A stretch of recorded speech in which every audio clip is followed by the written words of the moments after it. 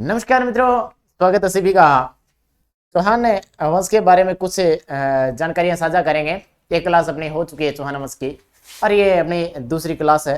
और आज चौहान का इतिहास जानेंगे तो उसमें अजय राज को पढ़ेंगे। अजय राज इतना इम्पोर्टेंट है कि चौहान वंश का यदि इतिहास देखे तो अजय राज अर्णव राज से प्रश्न आता ही आता है। एक विग्रह राज चतुर थे, 3 राजा ऐसे चौहान वंश के जिनसे हर बार एग्जाम में प्रश्न उठता है। बात करें पृथ्वीराज चौहान की तो एग्जामिनर है, वहां से बहुत कुछ पूछने की उम्मीद नहीं रखे, वहां से नहीं पूछता है। आजकल के वो गायब भी कर दिया है उनको इतिहासकारों ने, एग्जामिनरों ने। ये लो अजय राज को पढ़ेंगे मित्रों। किसको पढ़ेंगे? अजय राज को पढ़ेंगे। और उम्मीद करता हूं कि आज की क्लास है वो सबसे बेहतरीन और सबसे जानदार होने वाली है। धैर्य बना करके पूरी क्लास को देखिएगा, बहुत मजे से पढ़ाऊंगा, बहुत मजे से। मित्रों, अजय राज अजमेर का राजा बनेगा। और अजमेर का राजा अजय राज कब बनेगा तो बता दीजिएगा। अजमेर का राजा बनेगा 1113 में, 1113 में, और 1133 तक राजा रहेगा। कब तक रहेगा? 1133 तक रहेगा। शासन काल से इतने ज्यादा उम्मीद न रखे। यदि सन याद नहीं रहता है तो कोई बात नहीं, सन याद नहीं रहता है तो कोई बात नहीं। अपन लोग बात करें अजमेर नगर की तो अजय राज ने सबसे पहले अजमेर नगर को बसाया। अजमेर नगर को बसाया। और अजमेर नगर को कब बसाया? अजमेर नगर को कब बसाया ये पूछ ले तो बता देना। 1113 ईस्वी में सबसे पहले अजमेर नगर की स्थापना की। कोई राजा यदि साम्राज्य चलाएगा तो अपना निवास स्थान है उसको तो मजबूत करेगा, संभव है। निवास स्थान को मजबूत करेगा या तो वो नगर, वो किले का निर्माण करेगा। और यदि आपने किले का, एक राजा ने किले का निर्माण करवा लिया तो फिर नगर है, जो प्रजा है उनके लिए नगर की भी स्थापना की जाएगी। या तो राजा पहले किले का निर्माण करवाएगा फिर नगर की स्थापना करेगा, या फिर पहले नगर की स्थापना करेगा और फिर किले का निर्माण करेगा। दो प्रकार की योजना होती है राजा की। अधिकतर राजाओं ने सबसे पहले नगर का निर्माण करवाया और उसके बाद में किले का निर्माण करवाया, क्योंकि प्रजा को सबसे पहले वो निवास के लिए आवास स्थान उपलब्ध करवाए, उसके बाद में राजा अपने लिए आवास है वो स्थापित करे। सुरक्षा की दृष्टि से दुर्गों का निर्माण होता था। मित्रों, पूछ ले कि अजय राजा वो किस धर्म से संबंधित है तो मित्रों ध्यान रखना, शैव धर्म का अनुयायी था। किस धर्म का? शैव धर्म का अनुयायी था। और सबसे इंपॉर्टेंट है एग्जाम की दृष्टि से, और हाल के एग्जामों में एग्जामिनर ने यहाँ से प्रश्न पूछा है। कोई गाइड पढ़ोगे, कोई सी भी गाइड पढ़ लो, उसमें इन चीजों को ज्यादा महत्व नहीं दिया जा रहा है। और बच्चे हैं वो इंटरेस्टिंग प्रेम की कहानियां उसमें ज्यादा रुचि रखते हैं। जबकि अजय राज से हाल के एग्जाम में प्रश्न पूछा गया धर्म से संबंधित है, किस धर्म का अनुयायी था। बहुत चक्के रह गए विद्यार्थी, बहुत चक्के रह गए, क्योंकि ऐसी चीजें याद नहीं रहती है मित्रों। बच्चों का ध्यान इस तरफ नहीं जाता है। पूछ ले किस धर्म का अनुयायी था, बता देना शैव धर्म का अनुयायी था। दुर्ग की बात करें तो दुर्ग कौन सा अजमेर में कौन सा दुर्ग हो सकता है तो बता देना अजय मेरू दुर्ग का निर्माण करवाएगा। किसका? बता देना अजय मेरू दुर्ग का। अजय मेरू दुर्ग का निर्माण करवाएगा। ये लो, अजय मेरू दुर्ग का निर्माण करवा दिया। राजा क्या करेगा? जो राजा की प्रजा है, जनता है, उसके लिए अजमेर नगर का निर्माण करवा रहे 1113 ईस्वी में। कौन? अजय राज। और धर्म कौन सा अपना रहा है बता देना, शैव धर्म का अनुयायी है। शैव धर्म का अनुयायी है, रटा मार लेना। और दुर्ग की बात करें तो अजमेर में अजय मेरू दुर्ग का निर्माण करवाता है। और अब अजय मेरू दुर्ग है उसके बहुत सारे उपनाम है। इसको तारागढ़ कहते हैं, उसे गढ़ बिटले कहते हैं, उसे राजपुताने की कुंजी कहते हैं, और हृदय, राजपुताने का हृदय कहते हैं, अरावली का अरमान कहते हैं, और जिब्राल्टर कहते हैं। बहुत सारे उपनाम है। एक को डिटेल से पढ़ेंगे, मजे से पूरी क्लास को देखिएगा। रट्टा मरवा दूंगा इसी क्लास में, यहीं से फिनिश काम। ये लो अगले पेज पे चलिए। अजमेर दुर्ग के अन्य नाम। ये लो, एग्जाम की दृष्टि से सबसे महत्वपूर्ण पार्ट रहने वाला है मित्रों यही। ये गढ़बिटली अजमेर के किले को अजमेर दुर्ग के अन्य नाम है। अन्य नाम गढ़बिटली क्यों कहते हैं, कारण क्या है, क्यों कहते हैं गढ़बिटली? मित्रों ध्यान रखना, एक पहाड़ी है। क्या है? एक पहाड़ी है अजमेर में, और उस पहाड़ी का नाम क्या है तो बता देना बिठली है। क्या नाम है? बिठली है। और ये जो बिठली पहाड़ी है, इसमें राजा अपनी सुरक्षा के लिए क्या, किसका निर्माण करवाएगा बता देना? एक गढ़ का निर्माण करवाएगा। गढ़ यानी दुर्ग का निर्माण करवाएगा। किसका? दुर्ग का। इसलिए अजमेर का किला है, अजमेर का किला बिठली पहाड़ी पे होने के कारण इसको क्या कहा गया बता देना? गढ़ बिठली कहा गया। क्या कहा? गढ़ बिठली। गढ़ का निर्माण बिठली पहाड़ी पे, इसलिए गढ़ बिठली कहा गया। गढ़ बिठली, ठीक है ना, याद रहे। फिर राजस्थान का जिब्राल्टर। क्यों कहते हैं राजस्थान का जिब्राल्टर? ध्यान रखना, ये बात किसने कही थी कि अजमेर दुर्ग है या राजस्थान का जिब्राल्टर है, ये बात किसने कही थी? ऐसा पूछ ले तो बता देना विशव हेबर ने। विशव हेबर नाम का एक इतिहासकार है, और इसने अजमेर दुर्ग को मित्रों राजस्थान का जिब्राल्टर कहा। क्या कहा? जिब्राल्टर क्या है तो बता देना। जिब्राल्टर विश्व ज्योग्राफी पढ़ते हैं, उसमें एक जल संधि है किसके बीच में तो बता देना। स्पेन, यूरोपियन देश स्पेन और अफ्रीकी देश मोरक्को दोनों के बीच में एक जल संधि है। और जल संधि इसका मतलब जल को जोड़ने का काम कर रही है, तो अटलांटिक महासागर और भूमध्य महासागर को जोड़ने का काम करती है। और अलग किसको करते हैं तो बता देना। स्पेन को, यूरोपियन देश को, और अफ्रीकन देश किसको, मोरक्को को, दोनों को अलग करती है। कौन सी जल संधि बता देना? जिब्राल्टर जल संधि। वैसे ही संपूर्ण राजस्थान को ये जो अजमेर का किला है ये दो भागों में विभाजित कर रहा है। संपूर्ण राजस्थान को दो भागों में विभाजित कर रहा है, जोड़ने का और विभाजित करने का काम कर रहा है। कौन? ये अजमेर का किला। इसलिए विश्व हेबर ने इसकी तुलना है वो जिब्राल्टर जल संधि से कर दी, तो इसका नाम पड़ गया राजस्थान का जिब्राल्टर। उम्मीद करता हूं कि अच्छे से समझ में आ गया होगा कि राजस्थान के अजमेर में स्थित अजमेर के दुर्ग को राजस्थान का जिब्राल्टर क्यों कहती है। और ऐसी बात कौन कह रहा है? विश्व हेबर कह रहा है। चलिए अगले पेज पे ये लो, कौन सा दुर्ग है मित्रों? देख लो, ध्यानपूर्वक देख लो। ये तारागढ़ का किला है। कौन सा किला है? अजमेर का किला है। तारागढ़ कह दो, अजमेर कह दो, या गढ़बिठली कह दो, ये अजमेर का किला है। ये लो अजमेर का किला, देखो सुरमई पहाड़ियों से घिरा हुआ और हरियाली युक्त वृक्षों से आच्छादित ये मनोहर दृश्य और मनोहर किला मित्रों इतना मजबूत है। कभी अजमेर घूमने के लिए जाओ तो दूर से ही इनकी एक झलक पाने के लिए आपका मन है वो विचलित हो उठेगा। अचानक से मन में ख्याल आएगा कि क्यों नहीं इन पहाड़ियों के बीच में बैठे रहे, देखते रहे, इन्हें निहारते रहे पहाड़ियों के बीच में। और ये जो वृक्ष है ये वृक्ष है, ये किसके वृक्ष है मित्रों? बता देना। हरियाली युक्त धोकड़े के वृक्ष, बहुत ज्यादा मात्रा में धोकड़े के वृक्ष पाई जाते हैं अजमेर के किले के चारों ओर। ये लो जो अभी मैंने बताया वो ये लो। ये जिब्राल्टर जल संधि क्यों कहते हैं? विश्व हेबर ने ये देखो आपके सामने, ये जिब्राल्टर जल संधि है। जिब्राल्टर स्टेट कह दो, जल संधि कह दो। ये स्पेन है मित्रों, ये लो स्पेन है। कौन सा? यूरोपियन देश का स्पेन, और इधर से मोरक्को, इनके बीच में जोड़ने का काम कर रही है जिब्राल्टर जल संधि। इन दोनों को अलग करती है। देखो जल संधि का मतलब क्या है? जल संधि क्या करेगी?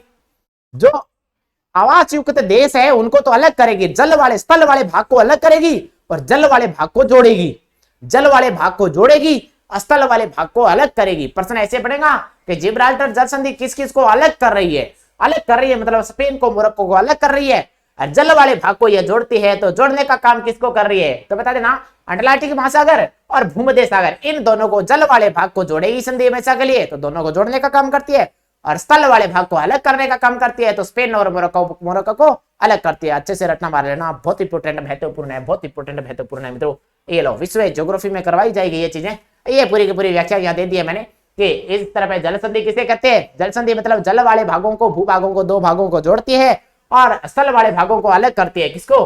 स्थल वाले भागों को मित्रों अलग करती है, इसलिए क्या कहते हैं? इसको जल संधि कहते हैं। ये लो, ये वही कहानी, भूमध्य सागर है और ये स्पेन है, ये मोरक्को है और ये मोरक्को है। इब्न बतूता मित्रों, भारत में इब्न बतूता या मोरक्को का ही था वो। ये जिब्राल्टर जल संधि है। जिब्राल्टर अटलांटिक और भूमध्य सागर को जोड़ती है और स्पेन और मोरक्को को अलग करती है। ठीक है, अफ्रीकी देश है मोरक्को और यूरोपियन देश है स्पेन। अब देखो तारागढ़ दुर्ग, अजमेर के किले का एक नाम और है तारागढ़ दुर्ग। क्यों कहते हैं तारागढ़ दुर्ग? सबसे बड़ी बात तो ये याद रखना मित्रों, अच्छे से समझा देता हूं मैं और रट्टा मार लेना इन बातों को। तारागढ़ का, अजमेर के किले को तारागढ़ का दुर्ग क्यों कहते हैं तो याद रखना, मेवाड़ का राणा हुआ, मेवाड़ का महाराणा का नाम क्या है तो बताना रायमल। और रायमल के मित्रों पुत्र थे, रायमल के पुत्र थे, तो बड़ा पुत्र था रायमल का, बड़ा पुत्र जिसका नाम क्या था बता देना, पृथ्वीराज सिसोदिया। क्या नाम था? पृथ्वीराज सिसोदिया। मित्रों इतिहास में इसे उड़ना राजकुमार के नाम से जाना जाता है। उड़ना राजकुमार के नाम से जाना जाता है। कहते हैं कि इतना तेज धावक था कि चित्तौड़गढ़ जो अपना कुंभलगढ़ का किला है उसकी चार दीवारी है 36 किलोमीटर की। तो कहते हैं कि उस चार दीवारी के चारों ओर चक्कर लगा देता था दौड़ के, इतना तेज धावक था, इसलिए उसको उड़ना राजकुमार कहते हैं। और मित्रों ये जो पृथ्वीराज सिसोदिया इसकी शादी हुई, और शादी हुई तो जो पत्नी थी किसके साथ हुई? पत्नी का नाम तारा था। क्या था? तारा था। और जैसे ही तारा देवी के साथ में शादी हुई तो नवी नवेली दुल्हन थी और दोनों ने एक दूसरे से वादे किए कि तेरे को मैं घुमा के लेके आऊंगा, हनीमून पे चलेंगे। तो फिर तारा देवी ने कहा कि मेरा मन करता है कहा जाने का, मैं अजमेर का किला देख के आऊं। और वो झील देख के आऊं और अजमेर की सुरम्य पहाड़ियों के बीच में बसी हुई है ये मनोहर दृश्य के बीच में ये जो दुर्ग बसा हुआ है उसका भ्रमण करके आना चाहती हूँ। मैं इनके झरोकों को निहारना चाहती हूँ, इन झरोकों को देखना चाहती हूँ। तो मित्रों ये अपनी नई नवेली पत्नी को हनीमून बनाने के लिए ले जाता है। कहाँ? अजमेर ले जाता है। कौन? मेवाड़ से आता है अजमेर। और अजमेर में जब आया तो ये जो अजमेर का किला था इसका थोड़ा सा खंडर भाग था, उसका जीर्णोद्धार करवा दिया। किसने? पृथ्वीराज ने जीर्णोद्धार करवाया। तो अपनी पत्नी की याद में कहता है कि देख मैं तेरे को यहाँ हनुमान बनाने के लिए लेके आया हूं, तो तेरी याद में कुछ नया करता हूं। तो फिर इसका नाम है वो तारागढ़ किला रख दिया। अजमेर के किले का नाम तारागढ़ दुर्ग रख दिया इसने। किसने? पृथ्वीराज सिसोदिया ने। इसका मतलब तारागढ़ का किला क्यों कहते? मेवाड़ के पृथ्वीराज सिसोदिया ने अजमेर किले का थोड़ा जीर्णोद्धार करवाया, इसलिए इस किले का नाम रख दिया गया, तारागढ़ का किला रख दिया। रट्टा मार लिया, समझा गया। और आपसे समझ गए होंगे तारागढ़ का किला क्यों कहते हैं अजमेर के किले को। फिर देखिए यहाँ राजस्थान का हृदय क्यों कहते हैं राजस्थान का हृदय। अजमेर के दुर्ग को राजस्थान का हृदय क्यों कहते हैं, मैं समझाता हूँ। इधर देखो राजस्थान का हृदय, नए पेज पे ले चलता हूँ। मित्रों ध्यान से समझना, पूरी की पूरी क्लास को अच्छे से मजे से देखना। इतना समझा दूंगा कि दूसरी बार ये जो नाम वाला मैटर है ना, इनका कंफ्यूज दूर हो जाएगा। एक एक शब्द की एक एक शब्दावली की इतनी अच्छी बारीकी से मैं व्याख्या करने वाला हूँ। ध्यानपूर्वक क्लास को पूरा देखिए। देखो ये राजस्थान का मैप है, ये इधर वाला भाग है, ये पश्चिमी मरुस्थलीय प्रदेश है और बीच में ये अरावली है। मित्रों ये अरावली है। तो इस अरावली की ये जो पहाड़ियां हैं, अरावली के बीच में मित्रों एक पहाड़ी है। ये लो अरावली के बीच में यहाँ बसा हुआ है कौन, तो बता देना। अरावली के बीच में यहाँ त्रिभुजा आकार में यहाँ बसा हुआ है अजमेर। ये लो यहाँ बसा हुआ है अजमेर। और अजमेर में कौन सा किला है, तो बता देना ये अजमेरू किला है। कौन सा? अजमेरू। अजमेर का किला कह दो या अजमेरू किला कह दो या तारागढ़ का किला कह दो। ये लो ये तारागढ़ का किला कह सकते हो, अजमेर का किला अजमेरू किला कह सकते हो। ये है मित्रों, देखो अरावली के बीच में है, अरावली के बीच में है और राजस्थान के बीच में नहीं है। देखो अपना ये शरीर है, इस शरीर में हृदय की बात करें तो किस दिशा में? इस दिशा में है, इस दिशा में। इधर से बात करो तो मैं उल्टा दिखाई दे रहा हूँ, ये पार्श्व परिवर्तन है, दाएं का बाया, बाया का दाया दिखाई दे रहा है। मान लीजिए कि हृदय आपके इस तरफ है, मेरे उल्टा दिखाई दे रहा होगा आपका, तो एकदम से बीच में नहीं है, हृदय थोड़ा इधर है। मेरे दिल धड़क धड़क करता है, ये दिल की धड़कन है, यहाँ हाथ लगा के देखिए इस तरफ है। मैं उल्टा दिखाई दे रहा हूँ आपको क्योंकि वीडियो बना रहा हूँ, इसलिए यहाँ से अलग दिखाई देगा। तो ये बीच में नहीं है, हृदय थोड़ा सा इस तरफ है। ऐसे ही एकदम राजस्थान के बीच में नहीं है, अजमेर का किला थोड़ा सा अलग है, अजमेर थोड़ा सा बीच में से थोड़ा सा इधर है, इसलिए इसको संज्ञा दी गई क्या? राजस्थान का हृदय कहा गया। थोड़ा सा इधर है, इस तरफ है ये अजमेर का किला, इसलिए इसको राजस्थान का क्या कहा गया है मित्रों? राजस्थान का इसको हृदय कहा गया। इसलिए अजमेर के किले को राजस्थान का हृदय कहा गया। हृदय से तुलना की गई है, इसकी हृदय से तुलना की गई है। ओके, तो ये माजरा समझ में आ गया होगा। राजस्थान का हृदय क्यों कहते हैं? क्योंकि ये जो राजस्थान का मैप है मित्रों, ये राजस्थान का मैप है, तो इसमें एकदम बीच में नहीं होकर के और इस तरफ है वो हृदय की तरफ है अजमेर का दुर्ग, इसलिए इसको राजस्थान का हृदय कहते हैं। तारागढ़ का माजरा समझ में आ गया। जिब्राल्टर क्यों कहते हैं? समझ में आ गया। गढ़ बिठली क्यों कहते हैं? समझ में आ गया। राजस्थान का हृदय क्यों कहते हैं? समझ में आ गया। उम्मीद करता हूँ अच्छे से समझ में आ गया होगा। फिर चलिए अगले पेज पे, ये लो अगले पेज पे क्या कहानी है, इधर आ जाओ। राजपुताने की कुंजी क्यों कहते हैं? राजपुताने, अजमेर के किले को राजपुताने की कुंजी क्यों कहते हैं? ध्यानपूर्वक समझिए, एक एक लाइन को, बोर नहीं होना है, अच्छे से मजे से पढ़ रहे हैं और एंजॉय के साथ में पढ़ना है मित्रों। अच्छे से समझा दूंगा और रटा दूंगा। आज के बाद में कभी भी नहीं भूलोगे कि ये नाम का क्या माजरा है। इधर देखो, इधर ऊपर आपको सभी को पता है कि यहाँ बटनेर का किला है। कौन सा? ध्यान से देखना, 2 मिनट का समय लगा। देखो खिचड़ी पका नहीं, खिचड़ी पका है, बिना टाइम तो लागे लेकिन खिचड़ी पका नहीं, जब मजो होता है खिचड़ी को स्वाद अलग ही हुए, खावे जना मजो होता है लेकिन टाइम तो लागे। हांड को हुए नहीं, हांड को मिट्टी को, हांड को हांडी में सिजाई खिचड़ी हुए नहीं, बिन खावे मित्रों बहुत मजा आवे।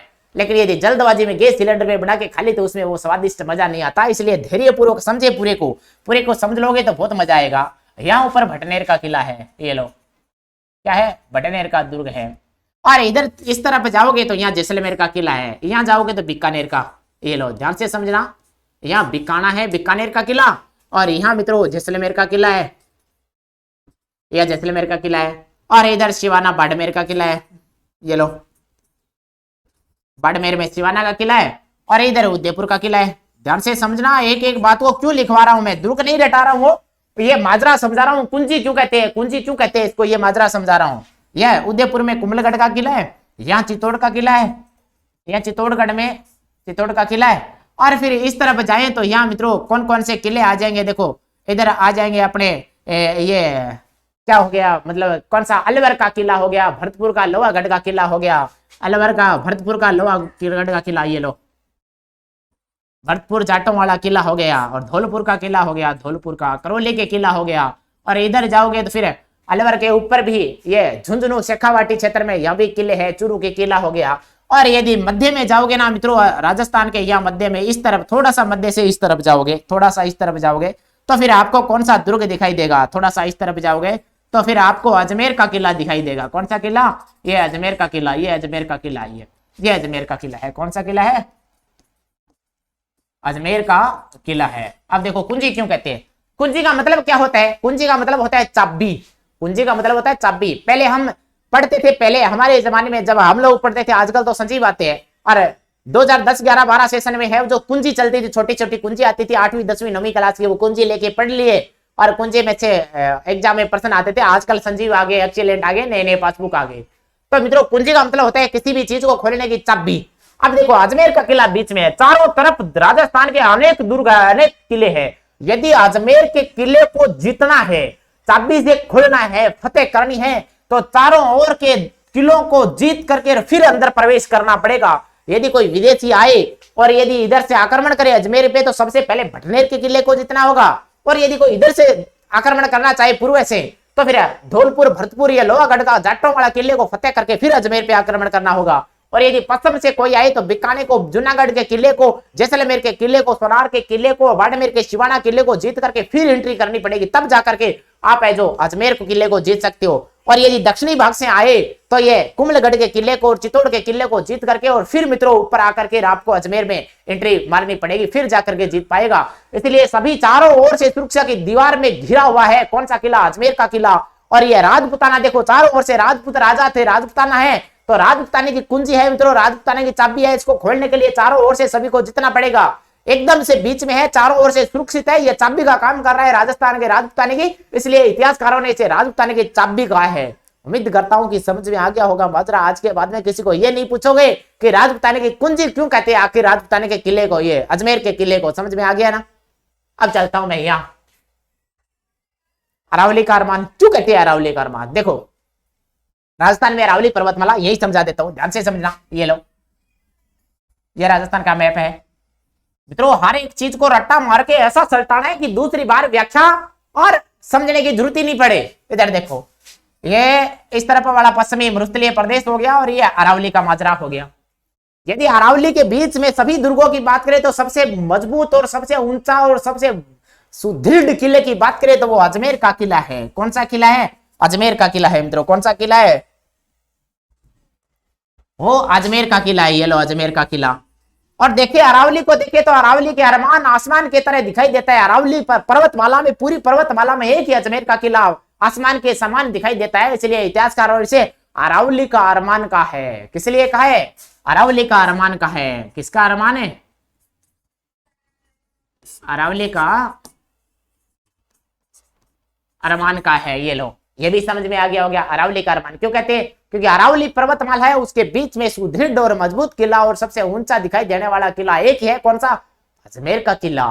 इसलिए इतिहासकारों ने इसे अरावली का अरमान कहा दिया कि अरावली का आसमान कौन सा किला है, अजमेर का किला है। समझ में आ गया। चलिए आगे बढ़ता हूं मैं। ये लो अगले पेज पे चलो। अजमेर की टकसाल और पुष्कर तीर्थ माजरा क्या है, क्या माजरा है आखिर। अजमेर की टकसाल क्यों प्रसिद्ध थी, किसी को पता है।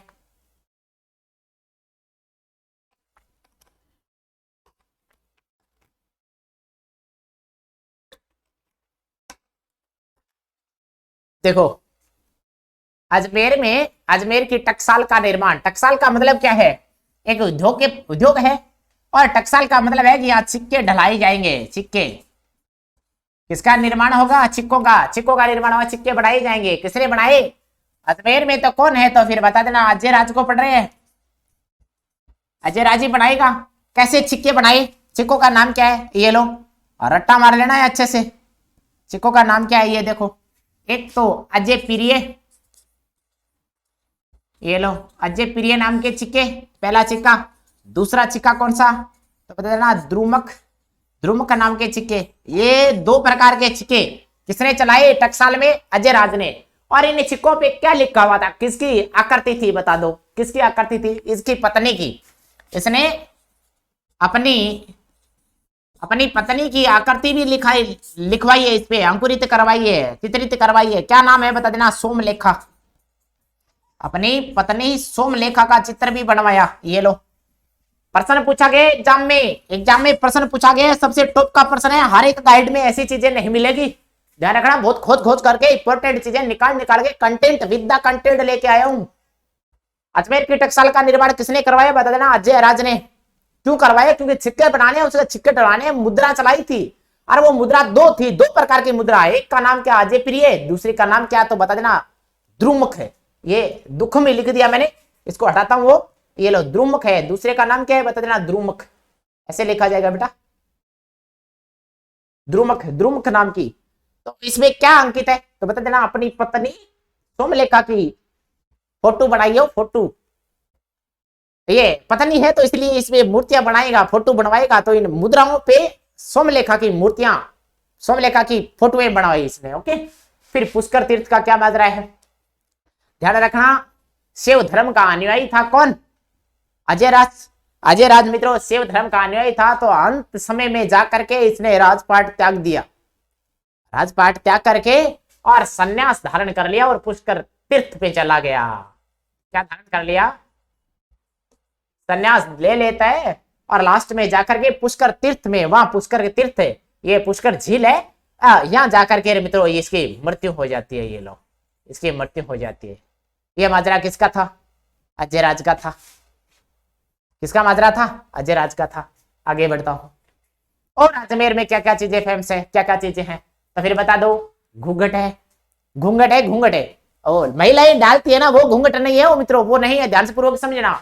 और ये गुगड़ी है, गुगड़ी, घूंघट, गुगड़ी, बांद्रा, इमली, घूंघट, गुगड़ी, गुगड़ी, बांद्रा, इमली, रट्टा मार लो।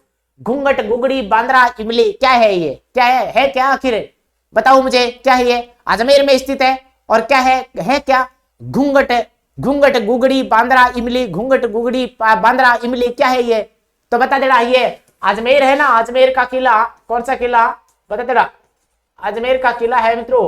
और अजमेर किले के विशाल प्राचीन बुर्ज है, बुर्ज, क्या है, बुर्ज है, बुर्ज, बुर्ज।